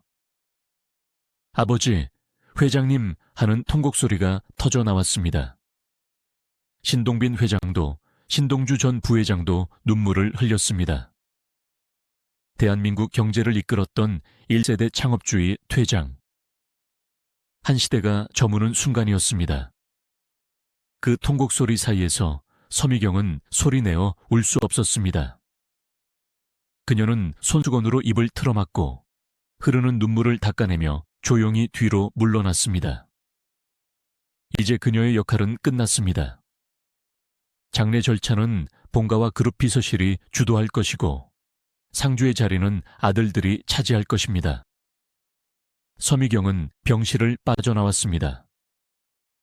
엘리베이터를 타고 내려와 병원 로비를 지날 때 TV 뉴스 속보가 뜨고 있었습니다. 롯데 신격호 명예회장 별세. 향년 99세. 화면에는 신 회장의 영정사진과 함께 그의 일대기가 흐르고 있었습니다. 껌 팔던 청년에서 재계 거인이 되기까지의 파란만장한 삶. 하지만 그 뉴스 어디에도 서미경의 이름은 나오지 않았습니다. 그녀는 그의 역사 속에서 지워진 페이지였고 공식적으로는 존재하지 않는 사람이었습니다. 차가운 겨울바람이 부는 병원 주차장. 그녀는 대기하고 있던 차에 올랐습니다. 사모님, 댁으로 모실까요? 운전기사의 질문에 그녀는 힘없이 고개를 끄덕였습니다. 차창 밖으로 앙상한 나뭇가지들이 스쳐 지나갔습니다. 신격호 회장의 죽음은 서미경에게 단순한 사별이 아니었습니다. 그것은 그녀를 지켜주던 거대한 성벽이 무너진 것이었고 그녀가 세상과 맺고 있던 유일한 끈이 끊어진 것이었습니다. 그녀는 이제 정말로 혼자가 되었습니다. 1조 원의 재산이 통장에 들어있을지언정 그녀를 진심으로 미경아라고 불러줄 사람은 이 세상에 아무도 남지 않게 된 것입니다. 장례식은 롯데그룹장으로 성대하게 치러졌습니다. 빈소에는 대통령이 보낸 주화부터 정재계 거물들의 발길이 끊이지 않았습니다. 4일간의 장례 기간 동안 서미경은 공식적인 조문객 명단에 이름을 올리지 못했습니다. 그녀가 빈소를 찾았다는 소식은 뉴스의 아심란에 짧게 실렸습니다. 서미경 씨, 밤 11시 10분경 빈소 방문, 30분 머물다 떠나. 모두가 잠든 늦은 밤, 취재진이 철수한 틈을 타 몰래 다녀간 것입니다. 영정 사진 속에서 환하게 웃고 있는 신격호 회장을 보며 그녀는 무슨 말을 했을까요? 회장님, 이제 편안하세요. 저도 곧 따라갈게요. 아니면 당신 덕분에 잘 살았지만 당신 때문에 참 많이 외로웠습니다. 그녀의 속마음은 아무도 알 수 없습니다. 그녀는 상복을 입지 못했고 유력석에 앉지도 못했습니다. 그저 먼 친척이나 지인처럼 향을 피우고 저를 2번 올린 뒤 쫓기듯 빈소를 빠져나왔을 뿐입니다. 신 회장의 시신은 그의 고향인 울산 울주군 선영에 안장되었습니다. 흙이 덮이고 봉분이 세워지는 그 순간에도 서미경은 그곳에 없었습니다. 그녀는 서울의 방배동 저택에서 TV 중계를 통해 그 모습을 지켜보았을 것입니다. 장례가 끝나고 세상은 빠르게 일상으로 돌아갔습니다. 롯데그룹은 신동빈 회장 체제로 빠르게 재편되었고 신격호의 흔적은 하나둘 박물관으로 들어갔습니다. 하지만 서미경에게 남겨진 숙제는 이제부터 시작이었습니다. 신 회장이 살아있을 때는 억눌려 있던 문제들이 그의 죽음과 함께 봇물 터지듯 터져 나오기 시작했기 때문입니다. 가장 큰 문제는 역시 돈이었습니다. 신 회장이 남긴 유언장에는 서미경에 대한 언급이 없었습니다. 하지만 이미 생전에 증여받은 막대한 재산이 문제였습니다. 국세청은 서미경 모녀에게 부과했던 1,000억 원대가 넘는 상속세 및 증여세를 집요하게 추징하기 시작했습니다. 롯데시네마 매점 사건과 관련된 추징금 소송도 계속되고 있었습니다. 그리고 무엇보다 롯데가 형제들의 시선이 심상치 않았습니다. 신격호 회장이 서미경 모녀에게 넘겨준 일본 롯데홀딩스 지분. 비록 소수 지분이지만 경영권 분쟁의 불씨가 여전히 남아있는 상황에서 그 지분은 언제 터질지 모르는 시한폭탄이었습니다. 신동빈 회장 입장에서는 서미경이 가진 지분을 회수하거나 무력화시켜야 했습니다. 아버지의 연인이었던 여자, 이제는 아무런 보호막도 없는 그 여자를 상대로 롯데는 냉혹한 비즈니스의 칼을 빼들 준비를 하고 있었습니다. 서미경은 직감했습니다.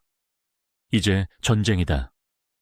지금까지는 신 회장의 등 뒤에 숨어 있었지만 이제는 홀로 맞서야 했습니다. 그녀는 변호사들을 불렀고 회계사들을 만났습니다. 슬퍼할 겨를도 없었습니다. 감상에 젖어 있기에는 그녀가 지켜야 할 것들이 너무 많았고 적으로 돌변한 세상은 너무나 차가웠습니다. 1981년 사랑을 찾아 떠났던 22살의 미스 롯데. 2020년 사랑을 잃고 돈과 소송 더미 위에 홀로 남겨진 61살의 미망인. 40년의 세월은 그녀에게 무엇을 주었고 무엇을 뺏어갔을까요? 신격호 회장의 49제가 지나고 봄이 왔습니다. 방배동 저택의 정원에도 꽃이 피었을 겁니다. 하지만 서미경은 창문을 열지 않았습니다. 바깥 세상의 봄바람은 그녀에게 여전히 시리게 느껴졌을 테니까요.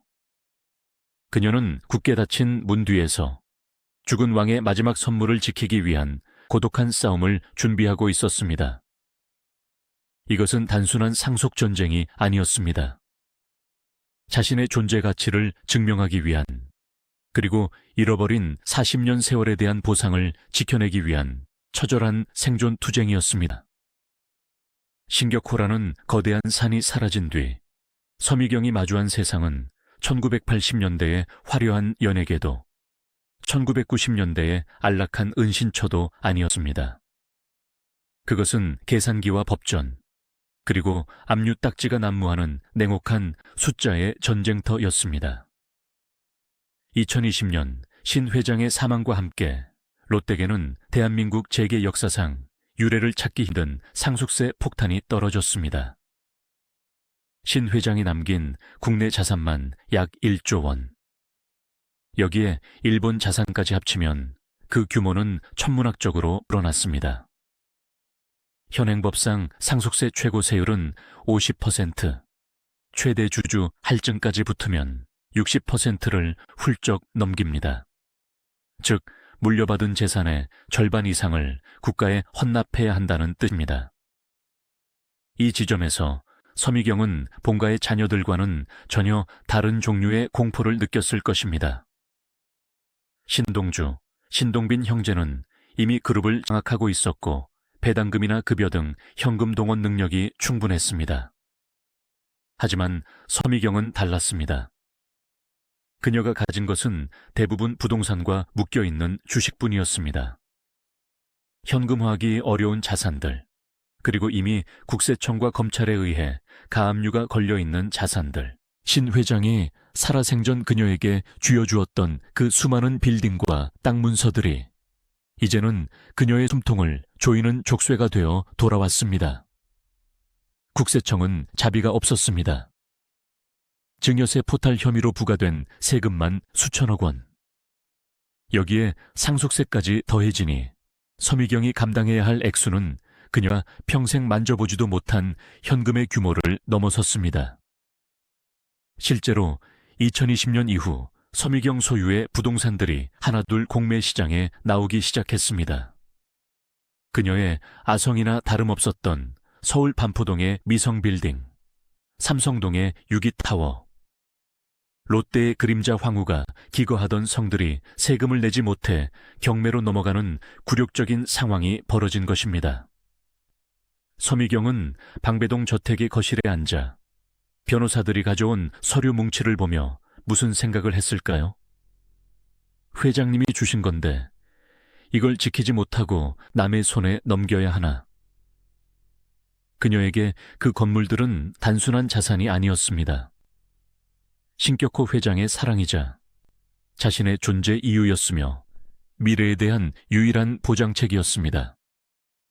그것들이 하나씩 뜯겨나가는 것을 보는 심정은 마치 자신의 살점이 떨어져 나가는 듯한 고통이었을 것입니다. 하지만 그녀는 무너질 수 없었습니다. 그녀에게는 지켜야 할 마지막 보루, 딸 신유미가 있었으니까요. 신유미, 롯데가의 유령 공주. 그녀는 1908 13년생으로 이제 40대에 접어든 여인입니다. 어머니를 닮아 서구적이고 시원시원한 이목구비를 가졌지만 그녀의 얼굴을 아는 사람은 극히 드뭅니다. 그녀는 철저하게 일본에서 교육받고 자랐습니다. 한국의 따가운 시선과 첩의 딸이라는 꼬리표를 피해 신격호 회장은 그녀를 일본이라는 안전지대에 숨겨두었습니다. 신유미는 2010년대 중반 일본인 남성과 결혼한 것으로 알려졌습니다. 롯데라는 배경을 가진 재벌가 딸이 일본 평범한 남성과 조용히 결혼했다는 사실은 시사하는 바가 큽니다. 그녀 역시 어머니처럼 혹은 어머니의 바람대로 롯데의 복잡하고 진흙탕 같은 권력 다툼에서 한 발짝 비켜나 평범한 행복을 찾고자 했던 것은 아닐까요? 그러나 피는 물보다 진하고 주식은 피보다 무섭습니다. 신유미가 아무리 조용히 살고 싶어도 그녀가 손에 쥔 일본 롯데홀딩스 지분은 그녀를 가만두지 않았습니다. 서미경 모녀가 가진 6.8%의 지분. 이것은 신동빈 회장의 형 신동주와의 경영권 분쟁에서 승리할 수 있었던 결정적인 열쇠였습니다. 2017년 경영비리 재판 당시 사람들은 서미경이 공영에 처할 것이라 예상했습니다. 신동빈 회장이 아버지를 홀린 내연녀를 가만두지 않을 것이라고, 롯데에서 쫓아낼 것이라고 수군댔습니다. 하지만 결과는 정반대였습니다. 롯데그룹은 서미경 모녀를 보호했습니다. 롯데 계열사들은 서미경 소유 회사와의 거래를 완전히 끊지 않았고 그녀의 생활 기반을 어느 정도 유지해 주었습니다. 왜 그랬을까요? 이유는 단순하고도 냉혹한 비즈니스 논리 때문입니다. 신동빈 회장에게는 서미경의 지분이 절실히 필요했습니다. 만약 서미경이 앙심을 품고 그 6.8%를 신동주 쪽으로 넘긴다면 롯데그룹의 경영권은 순식간에 뒤집힐 수도 있었습니다. 즉, 신동빈과 서미경은 서로를 좋아해서가 아니라 살기 위해 손을 잡아야 하는 적대적 공생관계였던 것입니다. 이 기묘한 줄타기 속에서 서미경의 스트레스는 극에 달했습니다. 한쪽에서는 국세청이 세금 내라며 칼을 들이대고 다른 한쪽에서는 롯데가의 형제들이 자신의 지분을 노리며 압박해오는 상황. 그녀는 매일 밤 잠들기 전 자신이 쥔 카드를 어떻게 써야 살아남을 수 있을지 수천 번 시뮬레이션을 돌려야 했을 겁니다. 지분을 팔아서 세금을 낼까? 아니야. 지분이 없으면 롯데가 나를 버릴 거야. 신동빈 회장 편을 계속 들어야 하나? 만약 신동주가 이기면 우리는 끝장인데. 이런 딜레마 속에서 그녀의 삶은 겉으로는 1조 원대 자산가였지만 속으로는 언제 터질지 모르는 시한폭탄을 안고 사는 나날이었습니다. 2020년대 초반 서미경의 근황은 더욱 묘연해졌습니다.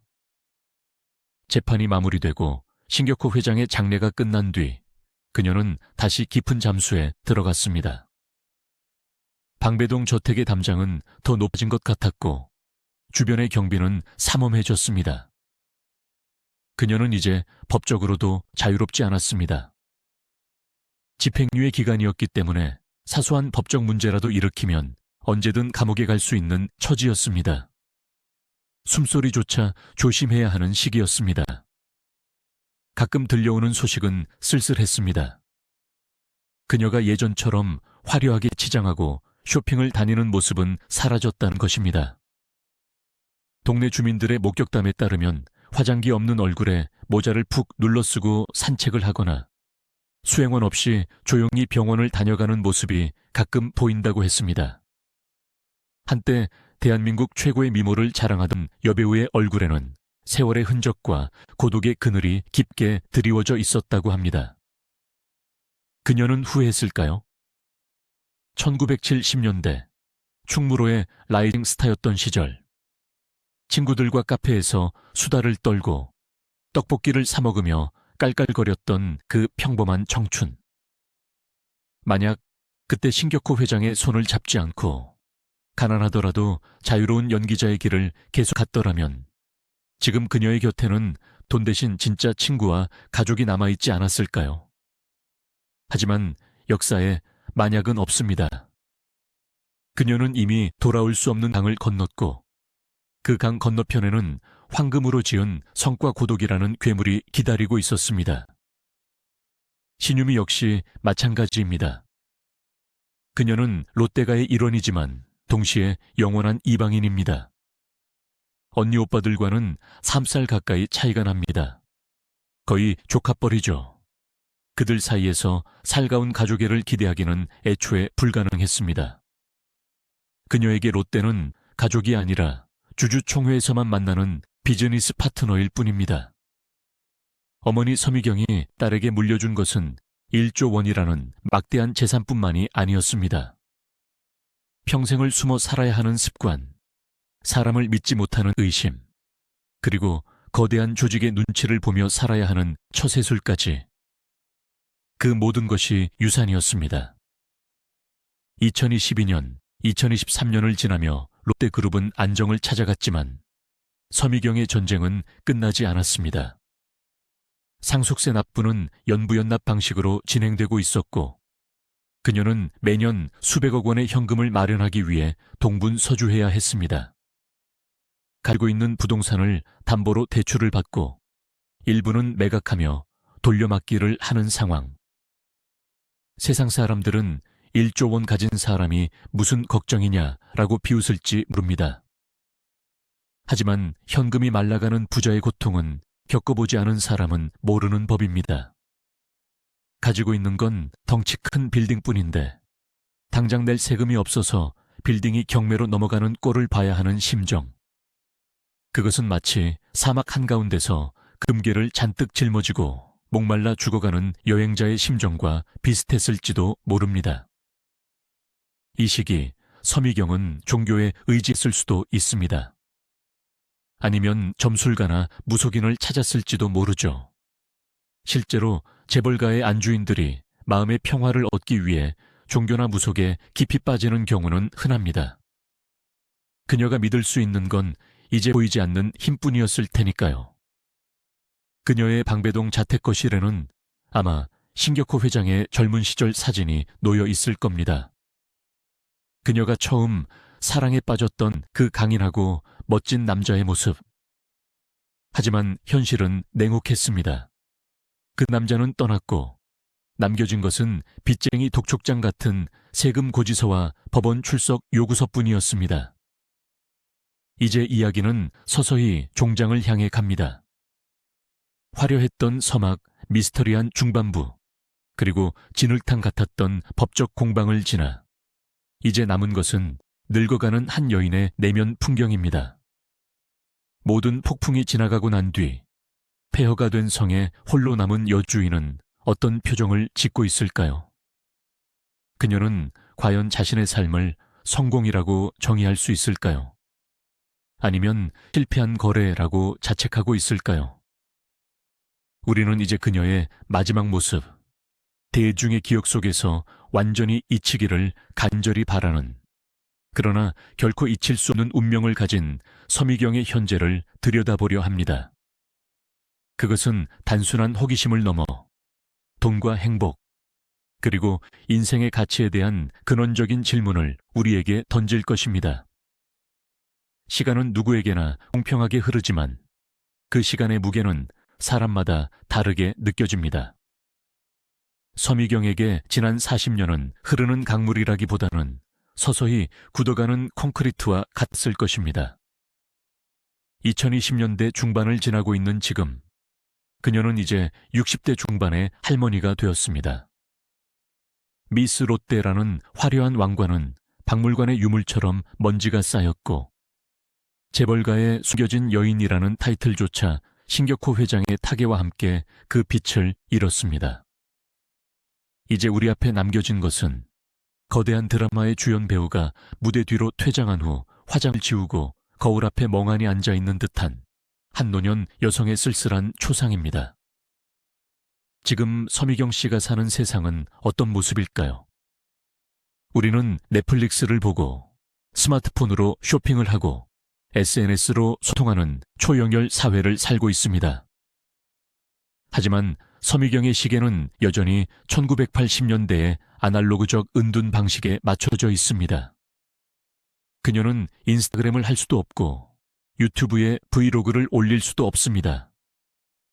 만약 그녀가 오늘 점심은 롯데호텔에서 먹었어요라고 사진 한 장이라도 올린다면 그 즉시 댓글창은 아수라장이 되고 국세청과 언론이 다시 그녀를 물어뜯으려 달려들 것입니다. 그녀는 디지털 유령입니다. 인터넷상에 그녀의 이름은 수없이 검색되지만 그녀의 현재 목소리나 생각은 단 한 줄도 존재하지 않습니다. 존재하는 것은 40년 전 껌 광고 속의 앳된 미소와 2017년 법정에 출석할 때 찍힌 굳은 표정의 사진뿐입니다. 40년의 시차가 나는 두 사진 사이의 공백, 그 잃어버린 시간 속에 그녀의 진짜 삶이 매몰되어 있습니다. 이 지점에서 우리는 서미경이라는 인간에 대해 다시 한번 생각해 보게 됩니다. 그녀는 정말 욕망의 화신이었을까요? 아니면 시대가 만든 그리고 가부장적인 재벌 시스템이 만든 희생양이었을까요? 그녀를 기억하는 원로 연예 관계자들은 하나같이 입을 모아 말합니다. 서미경은 정말 끼가 많았다. 연기 욕심도 대단했고 악발이 근성도 있었다 라고요. 단순히 얼굴만 예쁜 스타가 아니라 배우로서 대성할 제목이었다는 것입니다. 만약 그녀가 그때 떠나지 않고 계속 연기를 했다면 어땠을까요? 김혜자, 고두심 같은 국민 엄마가 되어 있었을지도 모릅니다. 아니면 윤여정처럼 세계 무대에서 상을 받는 배우가 되었을지도 모르죠. 그녀는 자신의 재능을, 자신의 꿈을 돈과 맞바꿨습니다. 그리고 그 거래의 대가로 얻은 것은 평생 연기를 할 수 없는 무대, 즉 현실이라는 감옥이었습니다. 그녀는 집 안에서 수없이 많은 드라마를 찍었을 것입니다. 신격호 회장 앞에서는 사랑스러운 아내 역을, 딸 앞에서는 강인한 엄마 역을, 그리고 거울 앞에서는 버림받은 여인 역을. 관객은 오직 자기 자신뿐인 그 지독한 모노드라마를 40년 넘게 이어온 셈입니다. 최근 들려오는 소문에 의하면 그녀의 건강이 예전 같지 않다고 합니다. 오랜 은둔 생활과 극심한 스트레스, 그리고 노화가 겹치면서 육체적으로나 정신적으로 많이 약해졌다는 이야기입니다. 방배동 자택의 높은 담장 너머로 가끔 들려오는 기침 소리나 수행원의 부축을 받아야만 이동할 수 있는 모습들이 그 증거입니다. 그녀가 가진 1조 원, 혹은 세금을 떼고 남은 수천억 원의 재산. 그것이 지금 그녀에게 어떤 의미가 있을까요? 명품 가방을 사도 들고 나갈 모임이 없습니다. 최고급 보석을 사도 자랑할 친구가 없습니다. 맛있는 음식을 먹어도 함께 웃으며 떠들 사람이 없습니다. 그녀의 소비는 과시가 아니라 공허를 채우기 위한 몸부림에 가깝습니다. 그녀의 곁을 지키는 유일한 존재는 딸 신유미입니다. 하지만 이 모녀의 관계 또한 우리가 생각하는 평범한 모녀지간과는 다를 것입니다. 그들은 서로를 너무나 사랑하지만 동시에 서로에게 가장 큰 짐이자 아픔입니다. 어머니를 보며 딸은 무슨 생각을 할까요? 엄마 때문에 내가 부자로 살지만 엄마 때문에 나는 평생 숨어 살아야 해 라는 원망이 없을까요? 딸을 보며 어머니는 무슨 생각을 할까요? 너를 낳아서 미안하다. 너에게 평범한 아빠를 만들어주지 못해서 미안하다. 라는 죄책감이 그녀의 가슴을 짓누르고 있지 않을까요? 이 모녀는 롯데라는 거대한 성이 무너진 잔해 위에서 서로를 끌어안고 떨고 있는 생존자들입니다. 그들에게 세상은 적들로 가득 찬 전쟁터입니다. 배다른 형제들, 세무 공무원들, 호시탐탐 가십거리를 노리는 기자들. 이들로부터 서로를 지키기 위해 그들은 더욱더 폐쇄적인 삶을 선택할 수밖에 없었습니다. 시간이 흐를수록 서미경이라는 이름은 대중의 기억 속에서 희미해질 것입니다. 하지만 그녀가 남긴 롯데홀딩스의 지분은 그녀가 세상을 떠난 뒤에도 살아 움직이며 롯데라는 거대 기업의 운명을 좌우할 것입니다. 이것은 어쩌면 잊혀진 여인이 세상에 남기는 마지막이자 유일한 흔적일지도 모릅니다. 화려한 조명이 꺼진 방배동의 저택. 그곳에는 1970년대의 추억을 박제한 채 살아가는 한 여인이 있습니다. 가난이 싫어 선택했던 황금빛 성벽은 이제 그녀를 영원히 가두는 감옥이 되었습니다. 서미경의 삶은 우리에게 차가운 질문을 던집니다. 영혼을 담보로 얻은 부귀영화가 과연 따뜻한가? 그리고 그 거래의 끝에 남은 것은 무엇인가? 1977년에 미스 롯데, 서미경. 그녀는 신데렐라를 꿈꿨지만 유리구두는 벗겨지지 않는 족쇄가 되어버렸습니다. 이제 우리는 화려했지만 너무나 시렸던 그녀의 이야기를 덮으며 저 높은 성벽 너머 홀로 남은 그녀에게 뒤늦은 작별 인사를 보냅니다.